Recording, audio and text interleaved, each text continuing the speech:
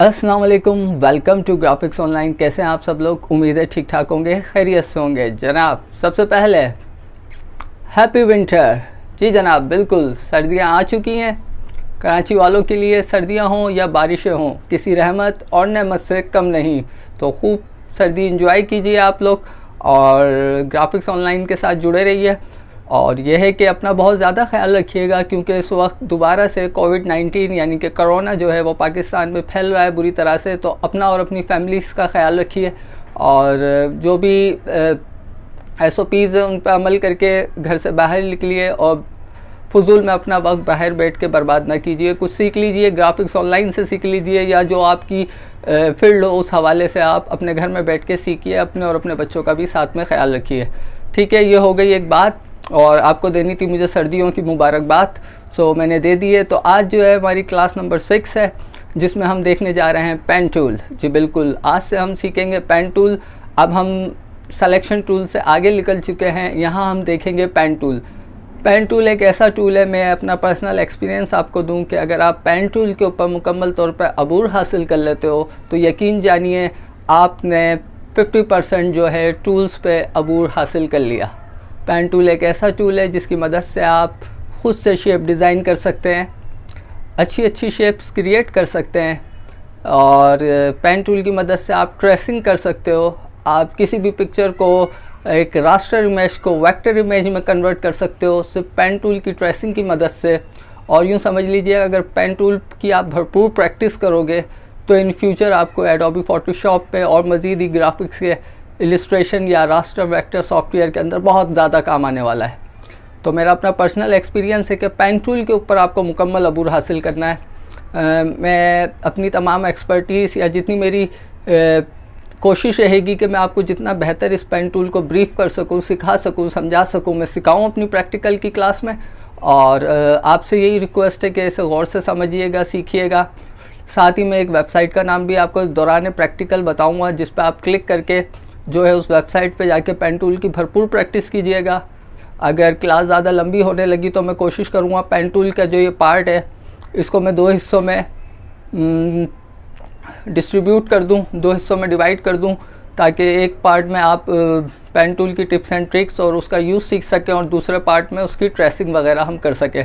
तो ठीक है जनाब, चलते हैं अपनी कंप्यूटर स्क्रीन की तरफ। लेकिन उससे पहले अगर अभी तक आपने ग्राफिक्स ऑनलाइन को सब्सक्राइब नहीं किया है तो कर लीजिए। साथ ही टिन बेल आइकॉन को ज़रूर प्रेस कर दीजिएगा, जिसकी वजह से आपको मेरी लेटेस्ट अपलोड वीडियो सबसे पहले मिलेंगी और आप उसे देख सकोगे। तो चलते हैं कंप्यूटर स्क्रीन की तरफ, देखते हैं क्लास नंबर 6 और समझते हैं पेन टूल। आइए स्टार्ट करते हैं।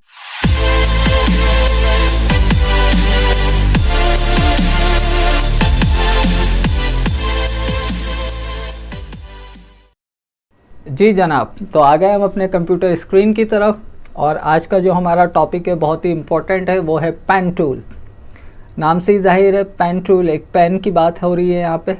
और सिंपल जो है हम अपने इसमें पेन का यूज़ करना सीखेंगे कि पेन टूल से हमें क्या फ़वाइद, क्या एडवांटेज हासिल हो सकते हैं। पेन टूल बिल्कुल उसी तरह है जिस तरह आपकी रियल लाइफ के अंदर आपके पास पेन मौजूद होता है, जिस पर आप पेपर के ऊपर राइटिंग करते हो, अल्फ़ाबेट लिखते हो, न्यूमेरिक वर्ड लिखते हो, एक स्ट्रेट लाइन ड्रॉ करते हो या कर्व लाइनें उस पर ड्रॉ करते हो। ठीक है, यानी कि कुछ राउंडेड लाइनें उस पर ड्रॉ करते हो और साथ ही आप कोई शेप भी अपने पेपर पे पेन से ड्रॉ कर लेते हो। बिल्कुल उसी तरह पेन का काम इलिस्ट्रेटर पे भी है, लेकिन हर एक चीज़ के अपने रूल्स होते हैं जिसको फॉलो करके आप उसके टूल्स को यूज़ कर सकते हो। इसी तरह इलिस्ट्रेटर पे पेन टूल यूज़ करने के भी कुछ रूल्स हैं, कुछ बेसिक हैं, जिनको आप फॉलो जब करोगे और उनके ऊपर मुकम्मल अपना अबूर हासिल कर लोगे तो इस पेन टूल को भी बिल्कुल अपनी रियल लाइफ पेन टूल की तरह यूज़ कर सकोगे। तो आइए स्टार्ट करते हैं।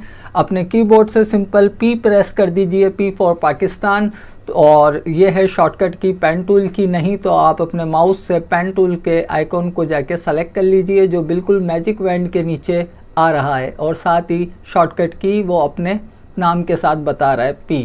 मैंने सिंपल पेन टूल सेलेक्ट कर लिया। अब आप देख सकते हो मेरे आर्ट बोर्ड पे एक अदद आइकॉन आ रहा है जो पेन का है। ठीक है, आप देख रहे हैं और उसके साथ ही उसके बॉटम पे एक छोटा सा एस्टेरिक का साइन नज़र आ रहा है। तो ये है हमारा पेन टूल का आइकॉन इलस्ट्रेटर पर, ठीक है। तो पेन टूल जो है हमारा सिंपल एक पाथ पे काम करता है। पाथ क्या है हमारा? सिंपल एक straight line with no thickness, जिसकी कोई थिकनेस नहीं है। बात समझ में आ रही है आपको? एक पाथ है जिसकी कोई थिकनेस नहीं है और उस पर हमारा पेन टूल है जो काम करता है। फॉर एग्ज़ाम्पल अगर मैं एक लाइन ड्रॉ करता हूँ सिंपल, ठीक है, ये मैंने एक सिंपल पेन टूल से लाइन ड्रॉ की है।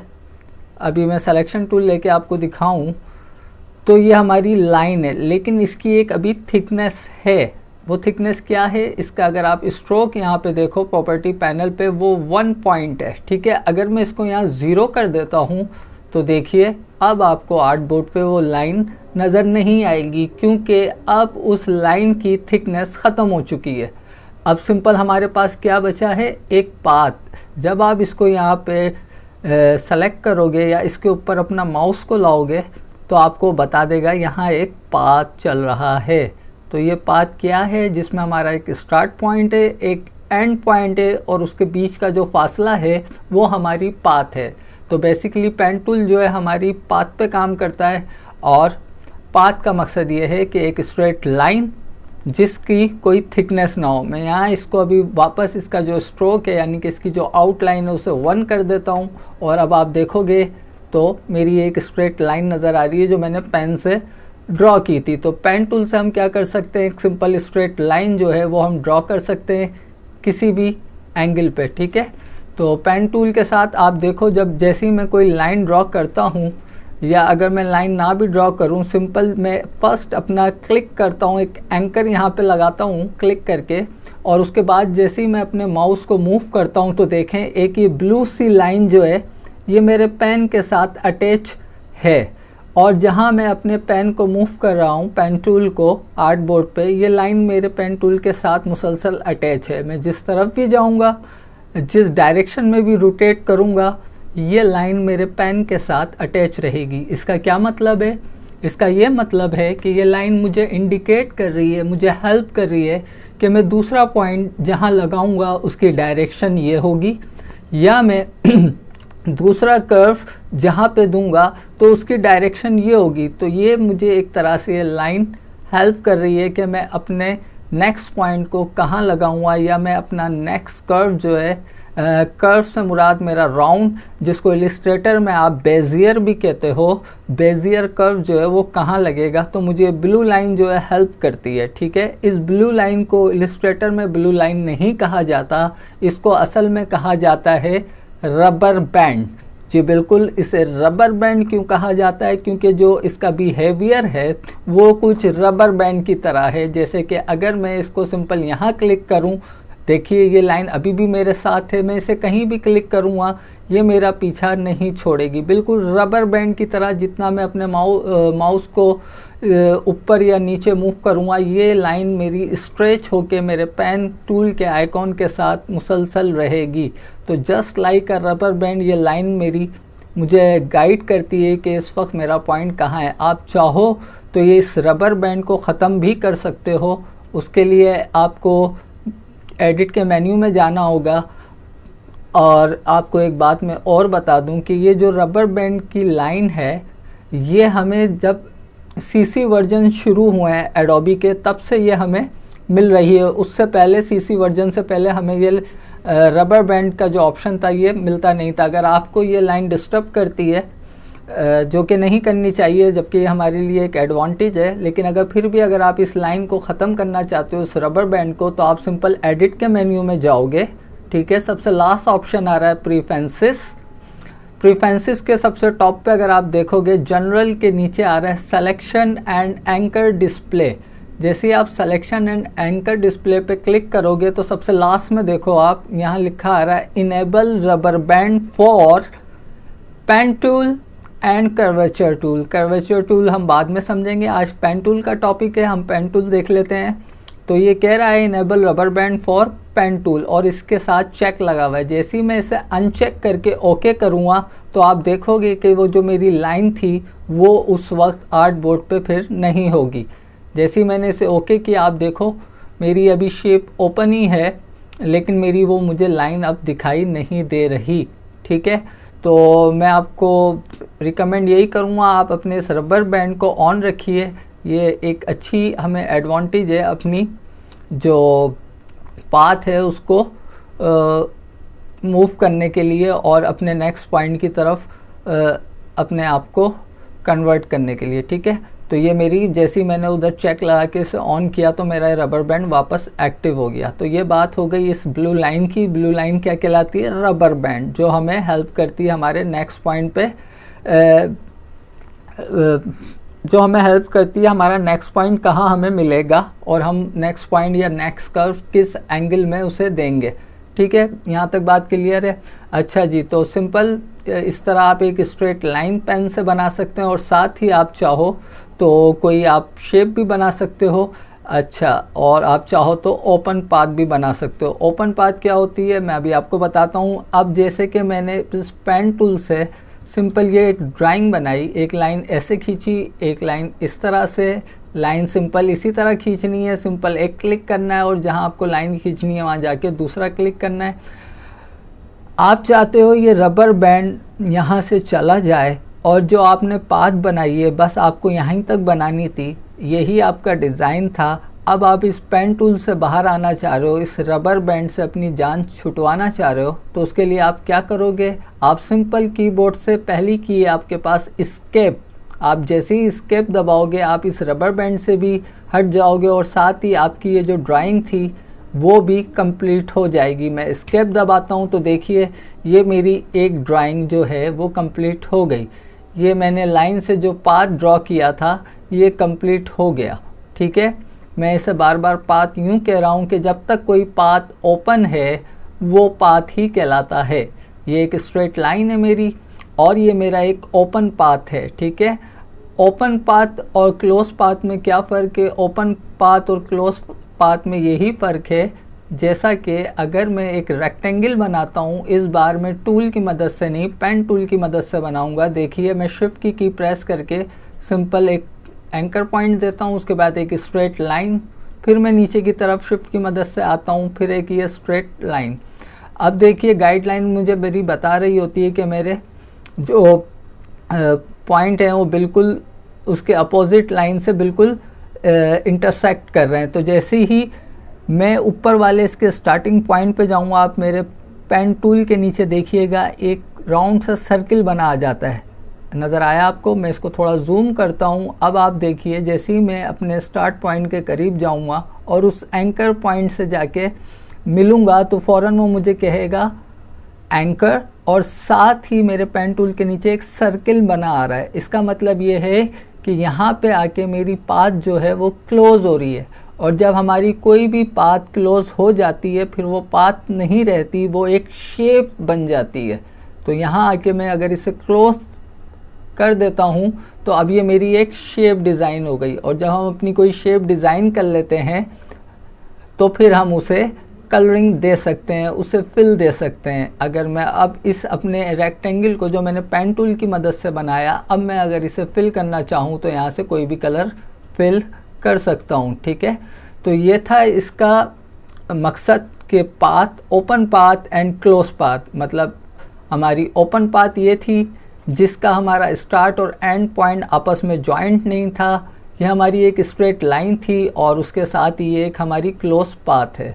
तो यहाँ तक आपकी बात समझ में आ गई होगी कि straight line, open path and close path में क्या फ़र्क है।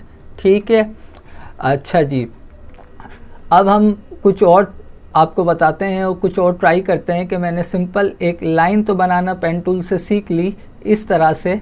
ठीक है, ये तो हमारी एक सिंपल लाइन बन रही है और एक पाथ हो रहा है, और जैसे ही मैं इसे अपने स्टार्ट पॉइंट से मिलाता हूँ ये हमारी एक शेप बन जाती है। ठीक है, यहाँ तक बात क्लियर है। अब हम देखते हैं कि अगर हम अपने पेन टूल से कोई कर्व बनाना चाहते हैं या कोई बेजियर कर्व बनाना चाहते हैं तो वो हम कैसे बनाएंगे। तो सिंपल जैसे हम स्ट्रेट लाइन खींच रहे थे, एक पहले सिंपल मैं एक एंकर पॉइंट एक लेफ़्ट क्लिक से ऐड करूँगा। उसके बाद ये मेरा जो रबर बैंड है मुझे इंडिकेट कर रहा है कि मैं इस वक्त किस डायरेक्शन में जा रहा हूँ। मुझे अभी फ़िलहाल स्ट्रेट लाइन चाहिए, उसके लिए सिंपल शिफ्ट प्रेस करूँगा और ये मैंने स्ट्रेट लाइन के लिए सिंपल क्लिक किया, लेकिन इस बार मैंने अपने क्लिक को रिलीज़ नहीं किया है, मतलब छोड़ा नहीं है, क्योंकि अब मुझे कर्व चाहिए लाइक इस तरह से। जैसे ही मैंने अपने माउस को क्लिक होल्ड करके नीचे की तरफ ड्रैग किया यानी कि खींचा, तो मुझे एक कर्व इस लाइन में मिल गया।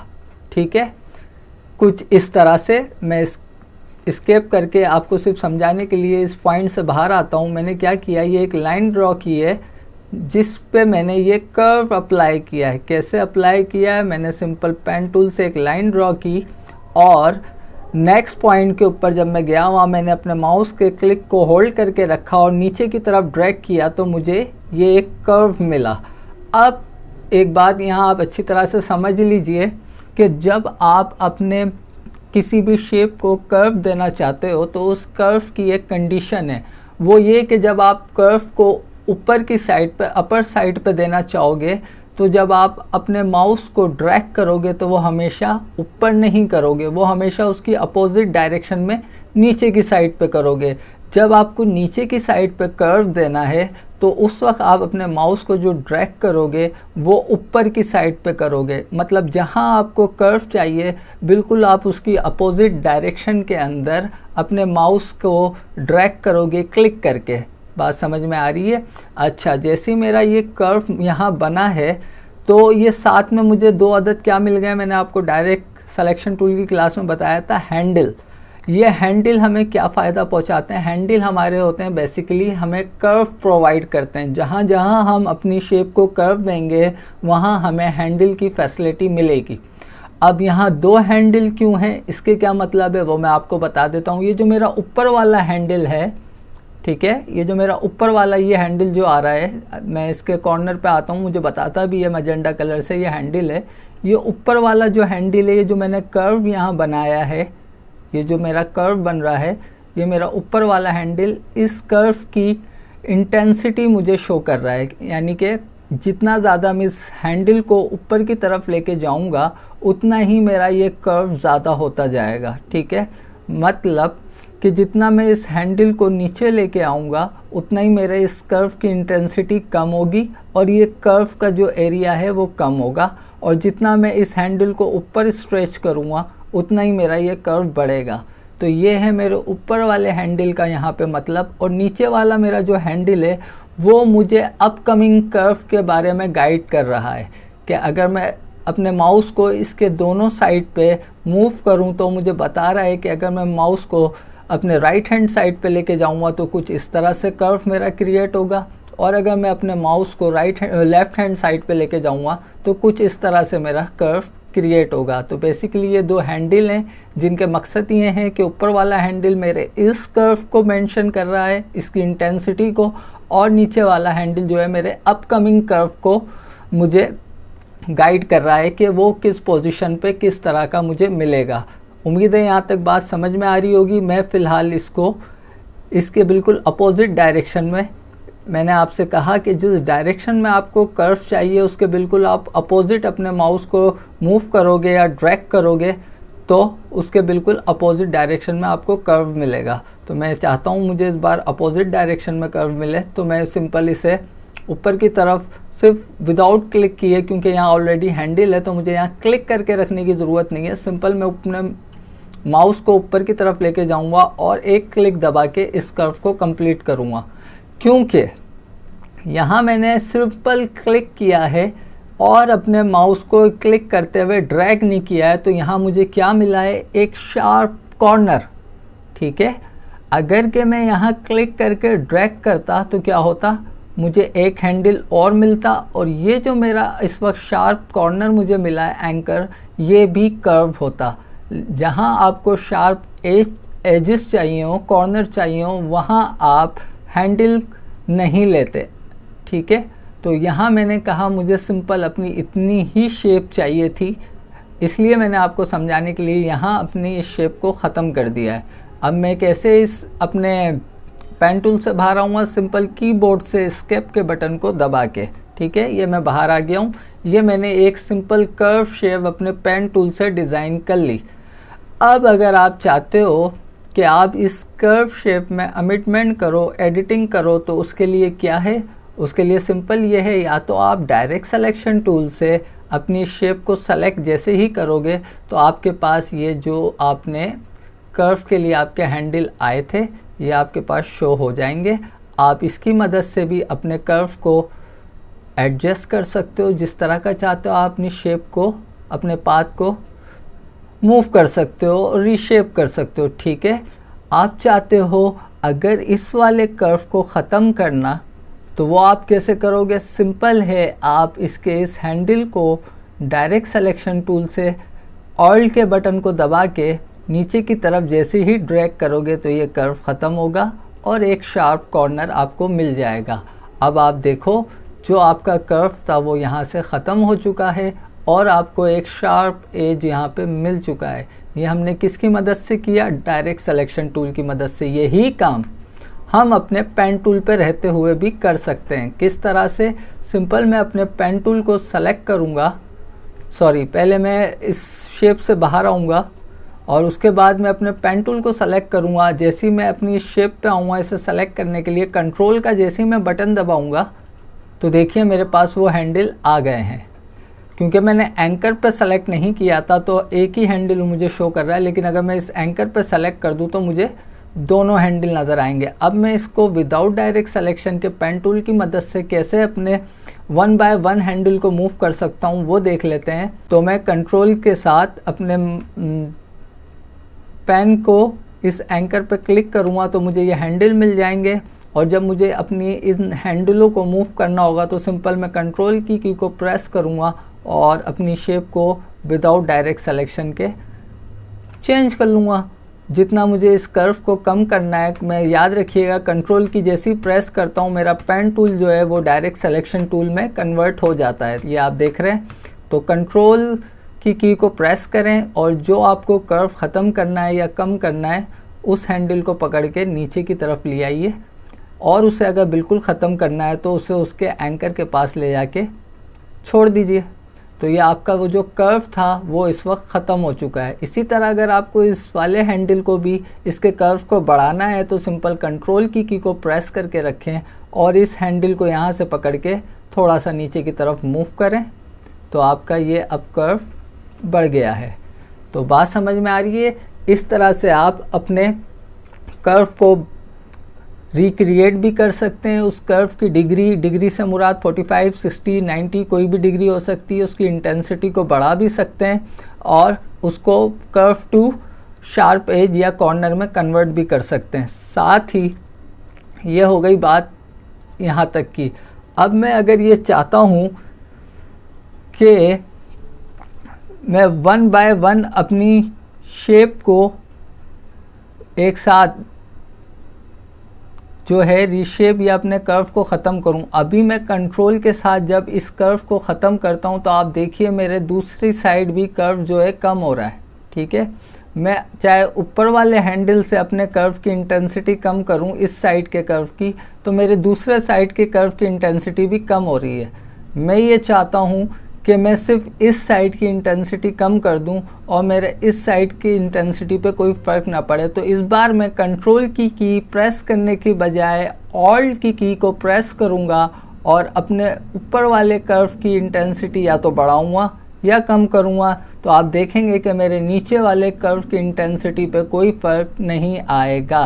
तो मैं ऑल्ट की प्रेस करता हूँ। जैसे ही मैं ऑल्ट की प्रेस करता हूँ तो इस बार फिर मेरे पेन टूल के कर्सर की जो आइकॉन है वो चेंज हो जाती है और हमने डायरेक्ट सिलेक्शन टूल में यहाँ देखें एंकर पॉइंट टूल पड़ा था, मेरा जो पेन टूल है वो एंकर पॉइंट टूल में कन्वर्ट हो जाता है। तो जैसे ही मैं ऑल्ट दबाता हूँ अब मैं अपने सिर्फ 1 साइड कर्व को जिस तरह चाहे मज़ीद कर्व दे सकता हूँ। ठीक है, उसका कर्व ख़त्म कर सकता हूँ, उसके कर्व को नीचे की साइड पे ला सकता हूँ। सिंपल 1 साइड कर्व और 1 हैंडल को हम मूव करके इस ऑल्ट के बटन से चेंज कर सकते हैं। ठीक है, इसी तरह मैं दोबारा से इस पर क्लिक करूं तो क्या होगा, मेरा वो एंकर पॉइंट डिलीट हो जाएगा। क्योंकि मैंने आपको डायरेक्ट सिलेक्शन टूल की क्लास में बताया था जैसे ही आप इस एंकर पॉइंट पे आओगे तो ये एंकर पॉइंट जो है यहाँ से रिमूव हो जाएगा और आपके पेन के नीचे जो है एक माइनस का बटन आ जाएगा, जिसका मतलब यहाँ से ये इस एंकर पॉइंट को माइनस कर देगा, डिलीट कर देगा। और जब ये एंकर पॉइंट इन दो पॉइंटों के दरमियान से हट जाएगा तो मेरा ये कर्व दोनों साइड से ख़त्म हो जाएगा और सिंपल बचेगी मेरी एक लाइन। तो यहाँ तक आपको बात समझ आ रही है? अच्छा जनाब, नहीं समझ आ रही तो हम दोबारा प्रैक्टिस कर लेते हैं। जी जनाब, तो हम पेन टूल की मदद से अपने बेजियर कर्व ड्रॉ कर सकते हैं। किस तरह से कि एक पॉइंट हम यहाँ लगाते हैं और इस लाइन पर अगर हमें कर्व चाहिए नीचे की साइड पे इस बार, तो हम इसे क्या करेंगे, क्लिक करके ड्रैग करेंगे ऊपर की तरफ, क्योंकि हमें कर्व कहाँ चाहिए, इस बार नीचे की साइड पे चाहिए। तो जिस साइड हमें कर्व चाहिए होता है हम उसके बिल्कुल अपोजिट डायरेक्शन पे अपने माउस के लेफ़्ट क्लिक को क्लिक करके उसके अपोजिट डायरेक्शन में ड्रैग करते हैं, खींचते हैं। तो मैं इस बार इसे ऊपर की तरफ ड्रैग करता हूँ तो मुझे एक नीचे की तरफ कर्व मिल रहा है और उसके साथ ही मुझे दो हैंडल मिल रहे हैं। इस कर्व के आते ही ये हैंडल हमारे कर्व के लिए होते हैं, हमारे एजेस को स्मूथ करने के लिए मदद करते हैं। तो हम जब कर्व का इस्तेमाल करेंगे तो हमें ये हैंडल मिलेंगे। ये जो इस बार जो मेरा नीचे वाला हैंडल है वो मेरे इस कर्व की इंटेंसिटी को बता रहा है, ठीक है। जितना मैं इस हैंडल को स्ट्रेच करूँगा या बड़ा करूँगा उतना ये कर्व भी मेरा ज़्यादा होता जाएगा और जितना मैं इस हैंडल को बैक साइड पे लेके छोटा करूँगा उतना ही मेरा ये कर्व भी कम होता जाएगा। और ये जो दूसरी लाइन है मेरी, ये मुझे बता रही है मेरे अपकमिंग कर्व को कि अगर मैं अपने माउस को राइट हैंड साइड पे लाता हूँ तो मुझे कुछ इस तरह से कर्व मिलेगा और अगर मैं अपने माउस को लेफ़्ट हैंड साइड पे लाता हूँ तो मुझे कुछ इस तरह से कर्व मिलेगा, ठीक है। यहाँ तक बात समझ में आ गई। और अगर मैं इसको इस स्टार्ट पॉइंट से मिला दूँगा तो ये मेरी एक शेप बन जाएगी और मैं सिंपल अपने पेन के जो ऑप्शन है उससे बाहर आ जाऊँगा और उसके साथ ही मुझे ये हैंडल शो हो रहे हैं। मैं चाहूँ तो अब इस शेप को रीडिज़ाइन भी कर सकता हूँ, इन हैंडल को मूव करके इनके ये वाले कर्व और ये वाले कर्व को कम ज़्यादा कर सकता हूँ। किस तरह से, सिंपल मैं अपने अगर सिर्फ दोनों हैंडलों को या दोनों कर्व को एट अ टाइम जो है अगर उनकी डायरेक्शन चेंज करना चाह रहा हूँ, कम या ज़्यादा करना चाह रहा हूँ, तो मैं सिंपल कंट्रोल की प्रेस करूँगा अपने पेन टूल पे रहते हुए और देखिए फिर क्या होगा। ये मेरी शेप जो है और ये जो मेरे कर्व हैं ये दोनों ही साइडों से अपनी शेप और अपने कर्व को चेंज कर रहे हैं, ठीक है। मैं इसको दोबारा उसी शेप पे लाता हूँ, ठीक है। और अगर मैं चाहता हूँ ऊपर से भी इसको करूँ तो मेरे इस वक्त, सॉरी ये मैंने कंट्रोल की प्रेस नहीं की थी तो कुछ इस तरह से मेरा साथ छूट गया था अपनी सिलेक्शन से। और अगर मैं ऊपर से भी इसको दोबारा से इसकी ओरिजिनल कंडीशन पर लेना चाहूँ तो कंट्रोल की प्रेस करके जैसे ही मैं इसे अपोजिट डायरेक्शन में घुमाऊँगा तो ये इस तरह से हो जाएगा। लेकिन अगर मैं चाहता हूँ कि मैं 1 बाय 1 अपने इन कर्व को बढ़ाऊं या कम करूं तो इस बार मुझे कंट्रोल की जगह ऑल्ट की प्रेस करनी है। उससे मुझे ये फ़ायदा होगा कि मेरे इस कर्व की इंटेंसिटी पे तो फ़र्क पड़ेगा इस हैंडल की मदद से, लेकिन इस कर्व की इंटेंसिटी पे फ़र्क नहीं पड़ेगा। उसके लिए मुझे ऑल्ट की प्रेस करनी है और अब मुझे अपने इस कर्व को बढ़ाना है। तो बढ़ाने के लिए मैं इसे नीचे की तरफ ड्रैग करूँगा। तो अब आप देखो मैंने ऑल्ट की प्रेस करके इसे नीचे ड्रैग किया तो मेरा नीचे वाला कर्व बढ़ गया, लेकिन मेरे ऊपर वाले कर्व की इंटेंसिटी पे कोई फ़र्क नहीं पड़ा। बिल्कुल इसके अगर अपोजिट मुझे इस कर्व को कम करना है या ख़त्म करना है तो मैं सिंपल ऑल्ट की दोबारा इसी हैंडल पे क्लिक करके रखूँगा ऑल्ट की के साथ और इसको वापस ऊपर की तरफ कम करता हुआ ले जाऊंगा। या तो इस कर्व को मैं कम कर दूंगा या इस कर्व को ख़त्म करके मैं कॉर्नर में कन्वर्ट कर दूंगा। किस तरह से देख लेते हैं। सिंपल ऑल्ट की प्रेस की और इस बार मैं इसे उठा के बिल्कुल यहाँ ले जाके इस एंकर पे जो इसका एंकर था, पॉइंट था, वहाँ मिला देता हूँ। तो अब देखो आप मेरी एक क्लोज शेप भी तैयार है और मेरा जो नीचे से कर्व आ रहा था वो मैंने ऑल्ट की मदद से सिंपल लेफ़्ट क्लिक माउस से दबा के ड्रैग करके जैसे ही उसको एंकर पे ले जाके मिलाया मेरा नीचे का कर्व ख़त्म हो गया। तो कंट्रोल की जब हम प्रेस करते हैं तो हमारे उस एक एंकर पे मौजूद दोनों जो हमारे यानी कि हैंडल्स होते हैं, यानी कि कंट्रोल की मदद से हम इन दोनों हैंडलों की पोजीशनों को चेंज करते हैं। पूरी की पूरी शेप जो है वो हमारी चेंज होती है और अगर हम चाहें तो इनके कर्व वगैरह भी चेंज कर सकते हैं। लेकिन अगर हमें 1 बाय 1 इनकी कर्व की इंटेंसिटी कम करनी है और किसी की करनी है और किसी की नहीं करनी तो उसके लिए हम ऑल्ट की मदद लेते हैं लाइक दिस। और दोबारा से अगर आपको इसको सेलेक्ट करना है तो आप इस एंकर को सेलेक्ट कीजिए सिंपल कंट्रोल की मदद से। लेकिन अगर आप कंट्रोल दबाना भूल जाते हो और डायरेक्ट क्लिक कर देते हो तो वैसे एंकर को रिमूव कर देगा, सब ख़त्म। तो कंट्रोल की जहन में रखें कीबोर्ड पे और ऑल्ट की जहन पे रखें। आपके पेन टूल में कंट्रोल एंड ऑल्ट दोनों ही बहुत ज़्यादा यूज़ होने वाली। तो ये हैंडल हमें किस लिए मदद देते हैं, अपनी शेप के कर्व को मैनेज करने के लिए, उनकी इंटेंसिटी कम ज़्यादा करने के लिए और अपकमिंग कर्व को बनाने के लिए। तो यहाँ तक आपको इस हैंडल का मकसद समझ में आ गया होगा। अब कुछ हम छोटी मोटी शेप डिज़ाइन करते हैं, कुछ कॉम्प्लेक्स सी शेप। तो आइए ट्राई करते हैं क्या बनता है, देखते हैं। तो सिंपल मैं कुछ बनाता हूँ। मैंने सिंपल पेन टूल लिया हुआ है, यहाँ मैं क्लिक करता हूँ, थोड़ा सा ये ऊपर क्लिक करके इसको इतना कर्व किया मैंने और स्मार्ट गाइड मेरी ऑन है और यहाँ आके मैंने एक शेप डिज़ाइन की। ये रबर बैंड आपको पता है मेरा पीछा जब तक नहीं छोड़ेगा जब तक मैं इस बात को उसे बता ना दूँ कि जो मेरी ड्राइंग है वो कंप्लीट हो गई। अच्छा, कुछ शेप होती हैं जो आपस में सिमिलर होती हैं, मतलब कि उनकी एक साइड जिस तरह होती है उसी तरह उसकी दूसरी साइड भी सिमिलर होती है। अब मैं यहाँ एक अगर हार्ट शेप बनाना चाह रहा हूँ तो हार्ट देखिए आप दोनों साइडों से सिमिलर होता है। जिस तरह मैंने अभी इसको इस तरह यहाँ से ड्रॉ किया है उसी तरह इसी पोजीशन में वो यहाँ भी ड्रॉ होगा। लेकिन अगर मैं पेन टूल से कोशिश करता हूँ तो क्या होता है, देखिए मुझमें मेरी इस शेप में इतनी परफेक्शन नहीं आ रही। ठीक है, ये कुछ इस तरह का हार्ड मुझसे डिज़ाइन हो रहा है। ये सिमिलरिटी जब मैंने खुद पेन टूल से इधर लानी चाहिए तो मैं वो सिमिलरिटी नहीं ला पाया। तो उसके लिए मैं क्या करूँगा, सिंपल मैंने अपनी शेप को यहीं रोक दिया है।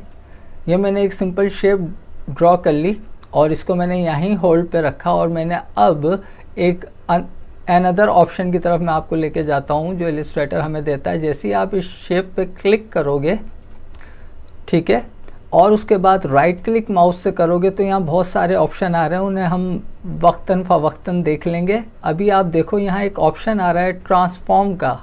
ठीक है, इस ट्रांसफॉर्म के ऑप्शन के अंदर आप अगर ये मूव, रोटेट और उसके नीचे देखो रिफ्लेक्ट, रिफ्लेक्ट के मायने होते हैं अक्स के, यानी कि बिल्कुल इसी तरह जैसे कि शीशे के आप सामने खड़े हो तो आपका चेहरा रिफ्लेक्ट होकर आपको शीशे में नज़र आ रहा है, तो यहाँ ये वही काम करेगा, रिफ्लेक्ट। जैसे ही मैं इसको रिफ्लेक्ट करूँगा और यहाँ मेरा प्रीव्यू अभी ऑन था, मैं इसको अगर प्रीव्यू ऑन करूँ तो यहाँ मुझे देखें ऊपर टॉप पे हॉरिजेंटल रिफ्लेक्शन बता रहा है, एक्सिस बता रहा है हमें कि हॉरिजेंटली, यानी कि अगर आप इन बॉक्सेस को देखें ये ट्रायंगल टाइप के तो बता रहा है ये हॉरिजेंटली जो है आपको रिफ्लेक्ट करके आपकी जो डिज़ाइन है उसको देगा और नीचे वाली शेप आपको बता रही है आपको वर्टिकली उसको डिज़ाइन करके देगी। तो मतलब ये हुआ कि हमारी ये शेप अगर आप देखो तो वर्टिकली ड्रॉ हुई हुई है, ये कुछ इस तरह ड्रॉ है, यानी कि ये कुछ इस तरह पोर्ट्रेट टाइप तो मैं इसको कहूँगा कि मुझे इसको वर्टिकली जो है, ठीक है, इसकी रिफ्लेक्शन मुझे चाहिए। और प्रीव्यू में जैसे ही ऑन करूँगा तो मुझे यहाँ गाइड भी करेगा, इस तरह से चाहिए, मुझे बिल्कुल इसी तरह से चाहिए। लेकिन अगर मैं ओके कर देता हूँ तो वो क्या करेगा, देखिएगा आप, मेरी इसी शेप को उसने रिफ्लेक्ट कर दिया। ठीक है, मुझे यही शेप रिफ्लेक्ट नहीं करवानी थी, मुझे इसकी ये अनदर कॉपी चाहिए थी। तो मैं दोबारा जाता हूँ ट्रांसफॉर्म में, उसके बाद रिफ्लेक्ट में, और यहाँ उससे कहता हूँ मुझे कॉपी दे दो, इसी को रिफ्लेक्ट नहीं करो, मुझे रिफ्लेक्ट करके कॉपी दे दो। मतलब जो मेरी शेप है वो तो रहे लेकिन उसकी मुझे अनदर कॉपी मिल जाए। तो मैं इसे यहाँ पे सिंपल कहूँगा कॉपी। तो अब क्या हुआ, आप देखो मेरी ये शेप यहाँ पे मौजूद है, इसकी इसने रिफ्लेक्शन मुझे यहाँ दे दी। अब मैं सिंपल क्या करूँगा, इस शेप को इसके करीब लेके जाऊँगा, शिफ्ट की प्रेस रखूँ या ना रखूँ, लेकिन मुझे मेरी गाइडलाइन जो है वो बता रही है कि मैं अब अपने प्रीवियस शेप के साथ यहाँ पे आके इंटरसेक्ट कर जाऊँ। ये देखिए यहाँ मैं इंटरसेक्ट कर चुका हूँ अपनी इस शेप के साथ। ठीक है, तो ये था मेरा एक तरीका इस शेप के साथ इंटरसेक्ट करने का। तो अब ये मेरी एक हार्ट शेप ड्रॉ हो गई। सिंपल एक ट्रांसफॉर्म के ऑप्शन से मुझे ये फैसिलिटी मिली कि मैं उधर जाके अपनी किसी भी एक सिमिलर शेप की डुप्लीकेट रिफ्लेक्ट करके उसके साथ रख के अपनी शेप को कंप्लीट कर सकता हूँ। ठीक है, यहाँ तक बात समझ में आ रही है। लेकिन अगर अभी आप देखो तो ये मेरे 2 पार्ट में है, मतलब अभी भी देखा जाए तो ये मेरा ओपन पाथ ही है और ये इसने इसी को रिफ्लेक्ट करके अनदर ओपन पाथ मुझे दे दिया। मुझे इसे एक शेप में कन्वर्ट करने के लिए इन दोनों, इसके लास्ट एंकर पॉइंट को इसको और इसके इस एंकर पॉइंट को आपस में ज्वाइन करना है, और इसी तरह सिंपल इसके इस वाले एंकर पॉइंट को और इसके इस वाले एंकर पॉइंट को आपस में ज्वाइन करना है। तो इन दोनों को ज्वाइन करने के लिए क्या है, पहले तो हम इसके साथ इसको इस तरह इंटरसेक्ट करके रखेंगे, इसको बड़ा करके देखेंगे तो आप देखो ये कुछ इस तरह से शेप हमारी आ रही है। ठीक है, अब हमें इस और इस एंकर पॉइंट को आपस में जोड़ने के लिए इसको सबसे पहले तो इसके बिल्कुल एवरेज करना पड़ेगा, बिल्कुल इससे मिलाना पड़ेगा। उसके लिए हमारे पास एक ऑप्शन है, हम सबसे पहले डायरेक्ट सिलेक्शन टूल को लेंगे, ए प्रेस करके इसको और इसको इस तरह से सेलेक्ट करेंगे। उसके बाद हम इसी पे रहते हुए राइट क्लिक करेंगे और यहाँ एक ऑप्शन आ रहा है ज्वाइन के नीचे एवरेज। हम इस जैसी एवरेज पे क्लिक करेंगे, अब वो कह रहा है एवरेज हॉरिजॉन्टल करूँ, वर्टिकली करूँ या बोथ करूँ, क्योंकि यहाँ हमने 2 ओपन पाथ लिए हैं तो हमें दोनों ओपन पाथ के लिए बोथ का इस्तेमाल करना पड़ेगा। और जैसे ही हम इसे ओके करेंगे तो वो इसको एवरेज पे ले आएगा। एवरेज का मतलब ये है कि आपके 2 पाथ को करीब से करीब तर ले आके उसको सिमिलरिटी के साथ रख दे। अभी इसने नहीं किया, इसकी वजह क्या है, मैंने खुद से ऐसा किया ताकि आप एवरेज के मतलब को समझ पाएँ। इस बार मैं इसको थोड़ा सा छोटा करता हूँ और इसकी थोड़ी सी मैं डायरेक्शन को इससे दूर करता हूँ। अब देखो आप, यहाँ मेरा ये गैप इसमें बढ़ गया है। अब अगर मैं इससे एवरेज करूँगा तो अब देखिएगा ये क्या करेगा, एवरेज पे आया। इस बार मैंने दोबारा इससे बहुत कहा, ओके किया। अब आपने देखा उसने क्या चेंजेस की। आप देखो मैं कंट्रोल Z करता हूँ और कंट्रोल शिफ्ट के साथ रीडू करता हूँ तो देखना क्या होता है, ये होता है एवरेज में। कंट्रोल Z पहले ये था, जब उसने मुझे एवरेज करके दिया फिर ऐसे हो गया। ठीक है, तो पहले हम इसे एवरेज करेंगे, कोई शेप इस तरह आपस में हमसे इंटरसेक्ट ना हो या हम उसे एवरेज ना कर पाएँ, तो ये एवरेज का ऑप्शन हमें इसलिए दिया जाता है। लेकिन याद रखिएगा सिर्फ उन 2 पॉइंट को सेलेक्ट करना है जिनको आपस में ज्वाइन करना है या एवरेज करना है। अगर आप पूरे शेप को एवरेज करोगे तो कुछ भी नहीं बचेगा स्क्रीन पे। ठीक है, जब मैंने इसे यहाँ एवरेज कर लिया तो दोबारा मैं इन दोनों शेप को ओपन पाथ को सेलेक्ट करूँगा, राइट क्लिक करूँगा और सिंपल क्या कहूँगा, ज्वाइन। आप सामने देखते रहें इस जगह पे, जब ये ज्वाइन होगा, अभी ये 2 पार्ट हैं तो देखिएगा जैसे ही मैं ज्वाइन पे क्लिक करूँगा तो क्या होगा, ये देखिए अब ये मेरी पहले ओपन पाथ थी, अब ये एक यहाँ से ज्वाइन में एक पाथ में कन्वर्ट हो गई है। बात समझ में आई। इसी तरह मुझे ये ही हरकत ऊपर करनी पड़ेगी। अगर आप यहाँ भी जूम करके देखोगे तो यहाँ भी कुछ उसी तरह से है। तो सिंपल पहले मैं इसको बाहर से सेलेक्ट करूँगा, एवरेज करूँगा। अगर ये एवरेज हो गया, अब मैं क्या करूँगा, ऐसे सिंपल आपस में ज्वाइन करने के लिए तरीका ये, राइट क्लिक करके ज्वाइन कर दीजिए, नहीं तो इन दोनों को फिर से सेलेक्ट कीजिए और अपने कीबोर्ड से कंट्रोल J के साथ इसे ज्वाइन कर दें। तो अब ये जो है हमारी जो पहले 2 ओपन पाथ थी वो अब एक शेप में कन्वर्ट हो गई हैं। उम्मीद है बात समझ में आ रही होगी। और मैंने आपसे कहा था हम इस शेप को बाद में भी इन हैंडल की मदद से जिस तरह से चाहे एडजस्ट कर सकते हैं। ठीक है, तो मैं इसको जिस तरह से चाहूँ एडजस्ट कर सकता हूँ। तो मैंने ये पेन टूल की मदद से एक सिमिलर शेप को हाफली ड्रॉ किया, उसके बाद उसको रिफ्लेक्ट करके उसका सेकंड पार्ट डिज़ाइन किया। तो इस तरह से हम पेन टूल की मदद से अपनी कुछ कॉम्प्लेक्स शेप भी बना सकते हैं। ठीक है, बात समझ में आ रही है।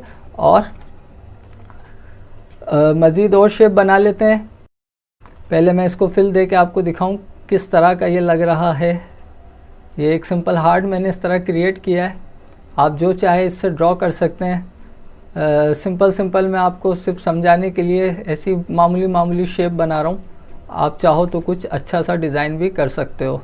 चले कुछ और बनाते हैं। फ़िलहाल मैं इसे डिलीट करता हूँ यहाँ से, किसी और चीज़ की प्रैक्टिस करते हैं। कंट्रोल 0 से मैंने आर्ट बोर्ड को अलाइन किया, डी प्रेस करके मैंने डिफ़ॉल्ट फिल पे कलर किया। ठीक है, और अब हम कुछ और बनाते हैं। जी जनाब, तो जल्दी जल्दी हम मज़ीद शेप बना लेते हैं। ऐसा करते हैं, हम एक पत्ता बनाते हैं। पहले अगर आपको याद होगा, हम पत्ता बनाने के लिए यहाँ से एलिप्स टूल लेते थे। लीव्स की बात कर रहा हूँ मैं, लीफ की।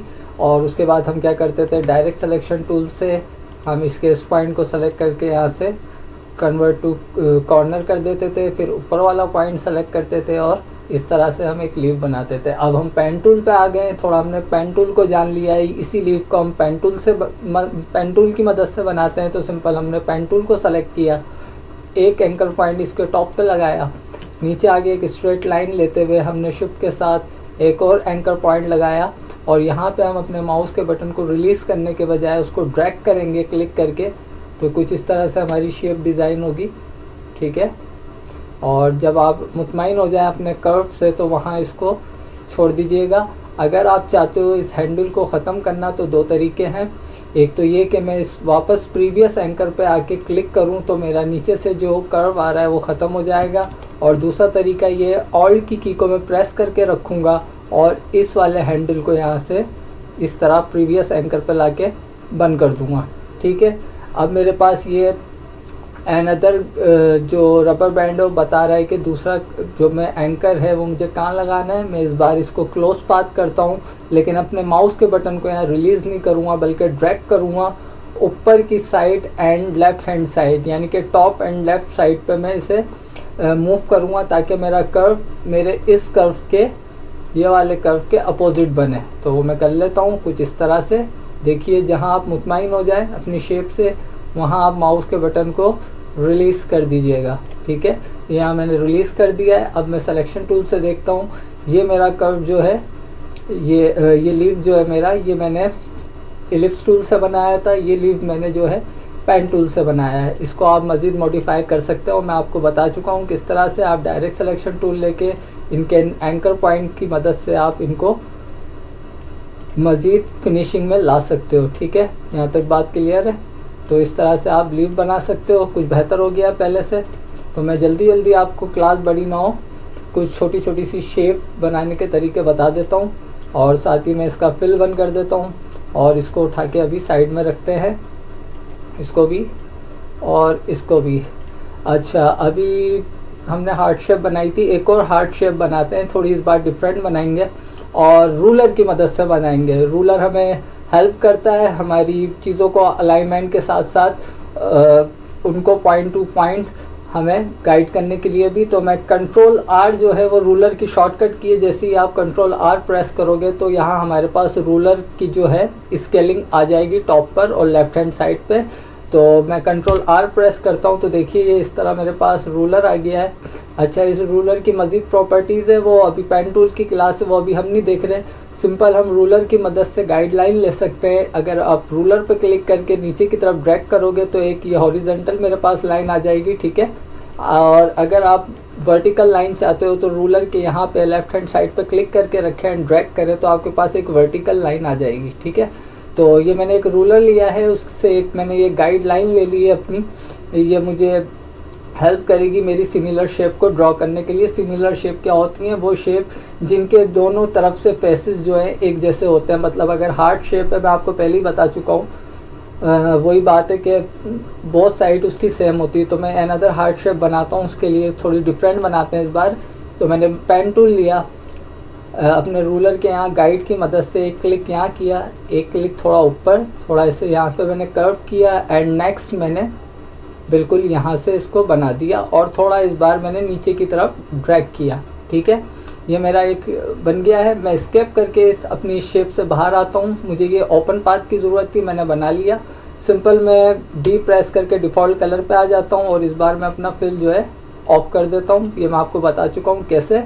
और नाउ अब हम क्या करेंगे, हम इसको रिफ्लेक्ट करेंगे। रिफ्लेक्ट क्या है हमारा, इसी का अक्स एज अ मिरर, ये हमें कॉपी करके लेना है। तो सिंपल उसका तरीका क्या है, हम इस पर राइट क्लिक करेंगे, इसको सेलेक्ट करके इसको राइट क्लिक करेंगे, ट्रांसफॉर्म में आएंगे। उसके बाद ये सिंपल रिफ्लेक्ट आ रहा है, रिफ्लेक्ट करेंगे और इसको कहेंगे कॉपी।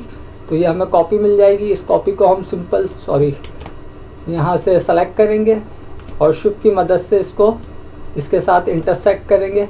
अच्छा, अब अगर आप चाहते हैं कि आपको इस शेप में थोड़ी सी मॉडिफिकेशन करनी है तो वो आपको पहले करनी थी, ताकि आप जब कॉपी लेते तो हमारी कॉपी परफेक्ट आती। तो हम इसमें अगर थोड़ी मॉडिफिकेशन करना चाह रहे हैं तो हम कंट्रोल Z और मैं दोबारा डायरेक्ट सिलेक्शन टूल लेके इस पॉइंट को सेलेक्ट करता हूँ। थोड़ा सा मुझे ये यहाँ से कर्व कम करना है और थोड़ा सा यहाँ से कर्व बढ़ाना है। तो ऑल्ट की मैंने प्रेस की हुई है और डायरेक्ट सिलेक्शन से मैंने इसकी शेप को थोड़ा रीशेप किया है। तो नाउ कुछ बेहतर है पहले से। मैं दोबारा इसको सेलेक्ट करता हूँ, सिलेक्शन टूल से राइट क्लिक करके ट्रांसफॉर्म में जाता हूँ, यहाँ से रिफ्लेक्ट, सिंपल कॉपी, एंड इस कॉपी को मैंने ड्रैग करके इसके साथ इंटरसेक्ट करना है।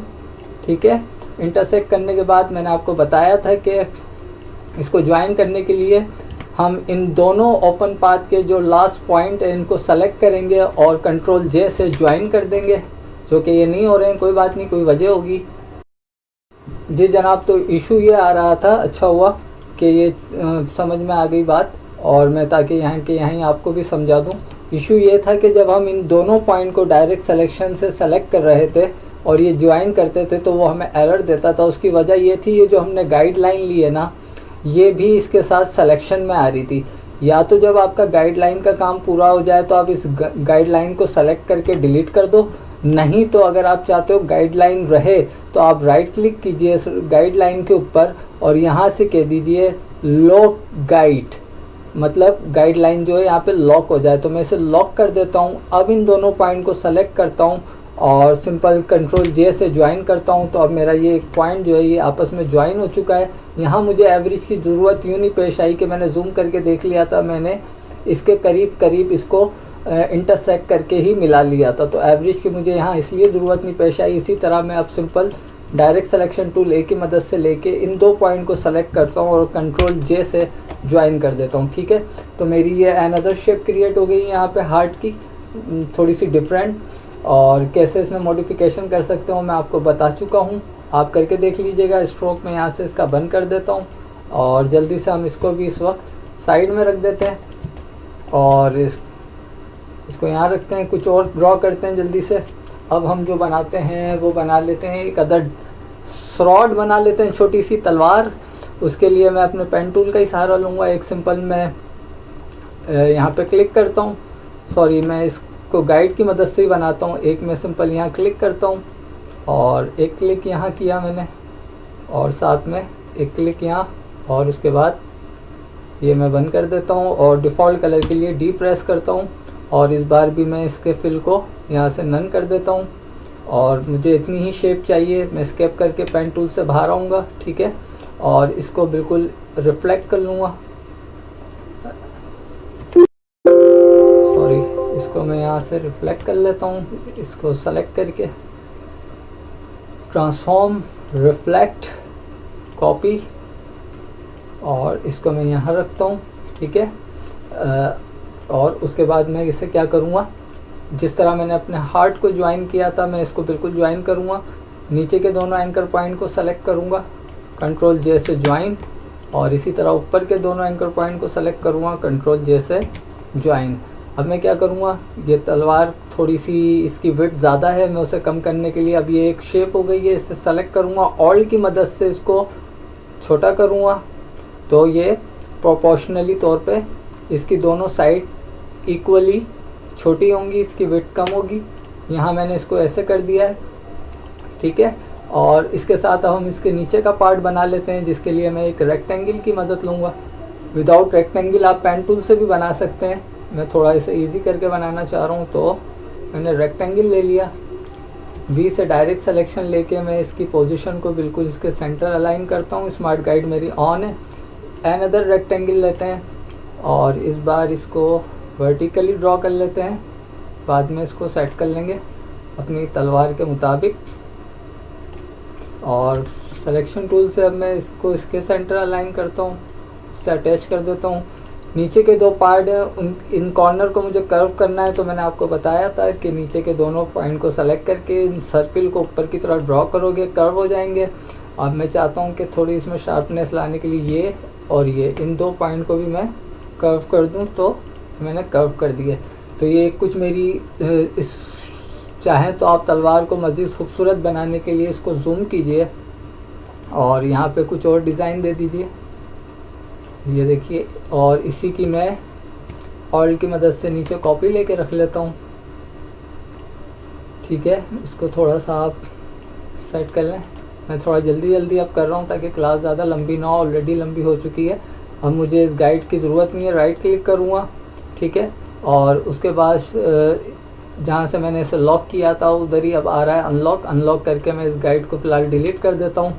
और ये अनदर, आप इसको मज़ीद खूबसूरती के लिए सिंपल पेन टूल से एक लाइन और इसके बीच में ड्रॉ कर दीजिए।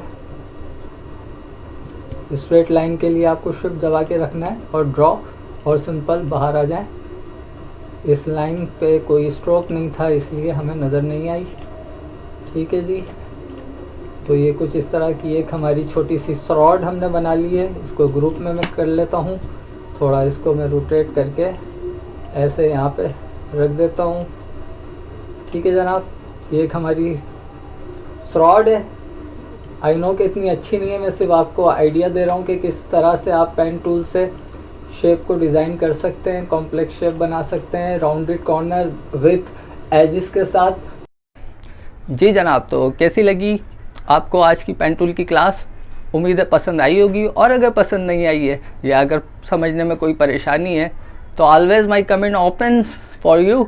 तो आप मुझे कमेंट कीजिए, मुझसे जहाँ तक हो सकेगा मैं आपको उसका बेहतर से बेहतर रिप्लाई दूंगा। और मिलते हैं इंशाल्लाह अपनी नेक्स्ट क्लास में। तब तक के लिए मुझे और ग्राफिक्स ऑनलाइन को इजाज़त दीजिए। अपना बहुत ज़्यादा ख्याल रखिएगा। Too much take care. अल्लाह हाफ़िज़।